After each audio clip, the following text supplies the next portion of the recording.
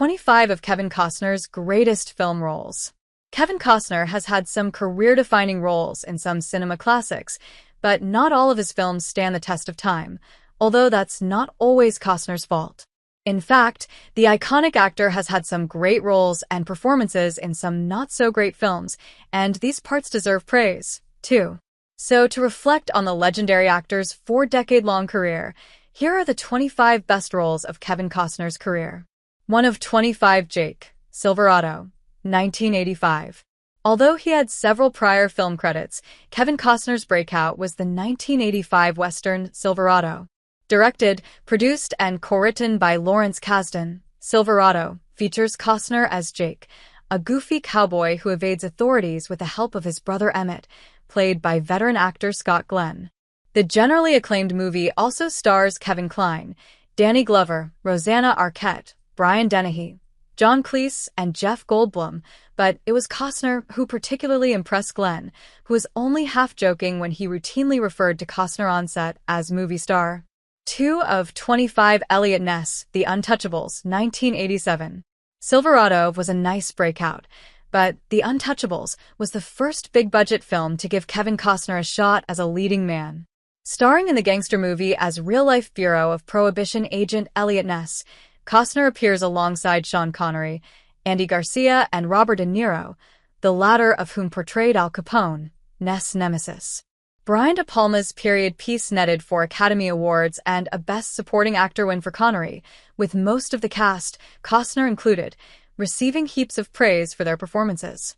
3 of 25 Tom Farrell, No Way Out, 1987. No Way Out was Costner's second starring role in a row, and his second critically acclaimed hit. Loosely based on Kenneth Fearing's 1946 novel, The Big Clock, No Way Out has Costner playing Navy Lieutenant Commander Tom Farrell, a man on the run from government authorities trying to frame him for the murder of his lover, who is also the lover of his supervisor, the U.S. Secretary of Defense. However, all may not be as it seems in this Cold War-era thriller that is packed with twists and has a cast that also features Gene Hackman, Will Patton, and Sean Young. 4 of 25 Crash Davis, Bull Durham, 1988.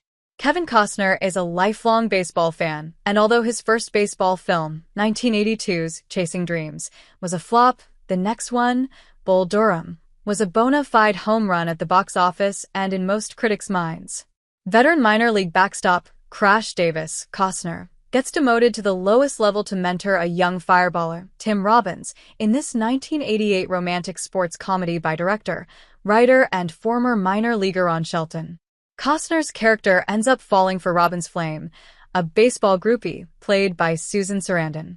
Although Sarandon eventually chooses the charismatic catcher played by Costner, it's Robbins who won in real life. After meeting during filming, Robbins and Sarandon began a relationship that lasted more than 20 years and blessed them with 2 kids. 5 of 25 Ray Kinsella, Field of Dreams, 1989. On the heels of a successful baseball film, Costner's next movie was another successful baseball film. We're talking, of course, about the 1989 fantasy sports movie Field of Dreams, which starred Costner as Ray Kinsella, a man who builds a baseball field on his corn farm after a mysterious voice tells him to do so.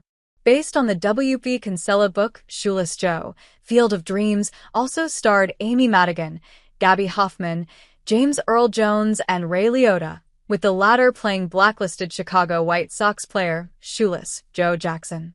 In addition to earning heaps of praise and $84 million at the box office, Field of Dreams is considered one of the greatest sports films ever made.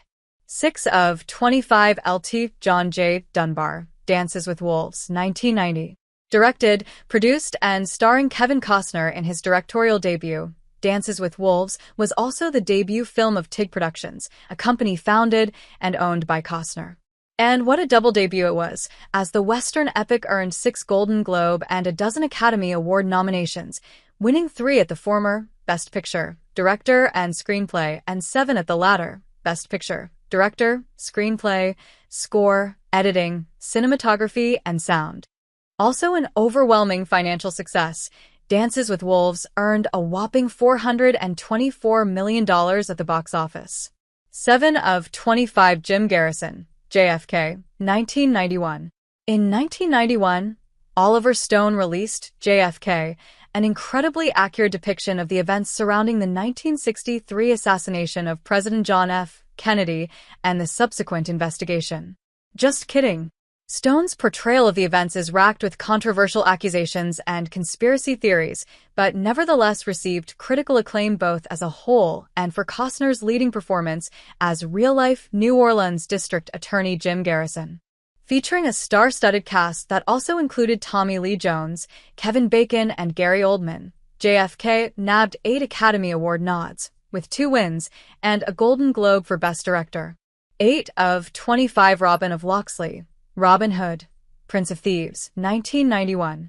If you don't take the 90s interpretation of Robin Hood, Prince of Thieves, too seriously, it's actually pretty amusing. I mean, it takes place in England, and Costner doesn't even attempt an accent. Hilarious. Sure, Alan Rickman as the Sheriff of Nottingham and Morgan Freeman as Azim outshine Costner's Robin of Locksley, but he holds his own, even in the action sequences. And although the film also features Christian Slater in addition to Rickman and Freeman, it was Costner's 1991 level star power that brought in nearly $400 million at the box office.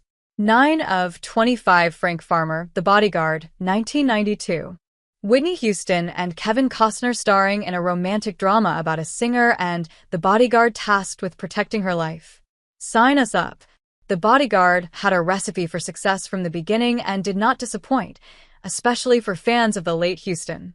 Her songs on the film soundtrack, most notably I Will Always Love You, nabbed 2 Oscar nominations and 4 Grammy nods, winning 3 at the latter ceremony, including Album of the Year. Costner did his part for the film, playing the stern but troubled protector with a colorful past and a heart of gold. 10 of 25 Robert Butch Haynes, A Perfect World, 1993. One of director Clint Eastwood's most underrated films, A Perfect World stars Costner as an escaped convict from a Texas penitentiary who takes a young boy, T.J. Lowther, hostage as he flees. Easily the best parts of the film were Costner's quietly cool character and the chemistry between him and his 8-year-old co-star as the duo gets to know each other while evading the authorities played by Bradley Whitford and Eastwood. In A Perfect World, this 1993 drama would have garnered some Oscar attention, but it wasn't in the cards. 11 of 25 Roy McAvoy, Tin Cup, 1996. After flopping with 1995's Waterworld, Costner returned to what he knows best, sports films, or more specifically, sports rom-coms. In Tin Cup, Kevin Costner plays Roy McAvoy, a skilled golfer who never had the motivation to make the U.S. Open but finally tries after being slighted by golf pro David Sims, Don Johnson. Raising the stakes, McAvoy develops feelings for Sims' girlfriend, Renee Russo, and decides to try to win her over as well. Thanks to its likable leads, Tin Cup was a box office success and generally well received by critics. Ringside Fan, Play It to the Bone, 1999. 1999's Play It to the Bone, a boxing comedy starring Woody Harrelson and Antonio Banderas, was a total bomb in almost every regard. However, we think it's endlessly amusing that director Ron Shelton, Bull Durham, Tin Cup, invited Kevin Costner to the set and asked him to appear as a ringside extra. Even funnier, Woody Harrelson had no idea until the subject was brought up in an interview for The Highwayman, some 20 years later. 13 of 25 Kenneth O'Donnell, 13 Days, 2000. In his third JFK-related film, 13 Days, Costner played real-life Kennedy advisor Kenneth O'Donnell, a crucial piece in the president's de-escalation of war tensions during the Cuban Missile Crisis. Although President Kennedy, Bruce Greenwood, and Attorney General Robert Kennedy, Stephen Culp, were both expertly portrayed in the film, Costner was the star and received enough praise to remind audiences that the actor can still hold his own as the leading man in a drama. 14 of 25 Charlie Waite, Open Range, 2003. Returning to Westerns and looking for some redemption after 1994's Wyatt Up, Costner starred alongside the iconic Robert Duvall in Open Range in 2003. Critics commended their characters' connection on screen as a couple of cowboys who run into a corrupt sheriff, but Costner also received kudos for his work in the director's chair. And he needed redemption there, too. Costner's last directorial effort, 1997's The Postman, owns a 9% rating on Rotten Tomatoes. 15 of 25 Denny Davies, The Upside of Anger, 2005. Costner gets another opportunity to show off his charm in The Upside of Anger, this time while playing Denny Davies, a retired baseball player, of course, who begins a relationship with his neighbor, Joan Allen, as she struggles to cope with her husband leaving and the changing lives of her 4 daughters.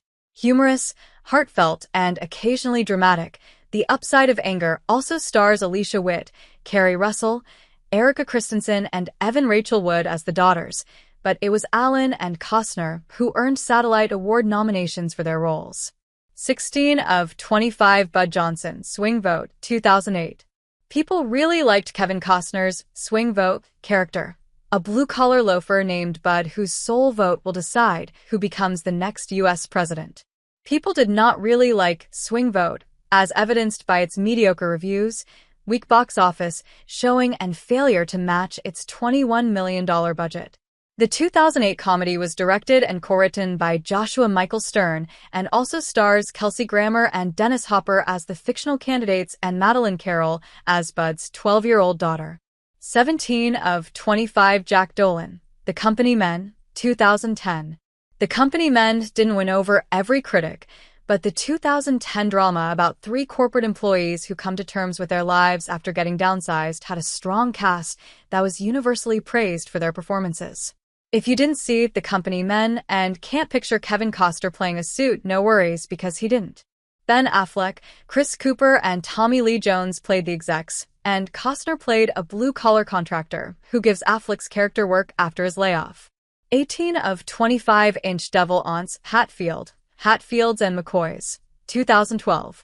Despite a lengthy career made up almost exclusively of movies, Kevin Costner actually had a couple of TV credits to his name before starring on History's Hatfields and McCoys, a miniseries that consisted of 3 two-hour segments. In addition to producing, Costner played Devil Aunts Hatfield opposite the late Bill Paxton's Randall McCoy, with both actors receiving award show attention. Costner ended up winning an Emmy, a Golden Globe, and a SAG Award for his role, beating out Paxton, who was nominated in the same category at both the Emmys and SAG Awards. 19 of 25 Jonathan Kent, Man of Steel, 2013. Man of Steel, director Zack Snyder said he wanted his Superman movie to be a serious film, and thus cast Kevin Costner and Diane Lane as the adoptive parents of Clark Kent, played by Henry Cavill opposite Amy Adams as Lois Lane. The action-packed blockbuster ended up waiting a bit too close to being just another superhero flick, but nevertheless contained noteworthy performances by Michael Shannon as General Zod, Russell Crowe as Kal-El, Superman's biological father, and Costner. 20 of 25 Jim White, McFarland, USA, 2015. When looking for someone to play a high school coach seeking a second chance, how could you not cast Kevin Costner?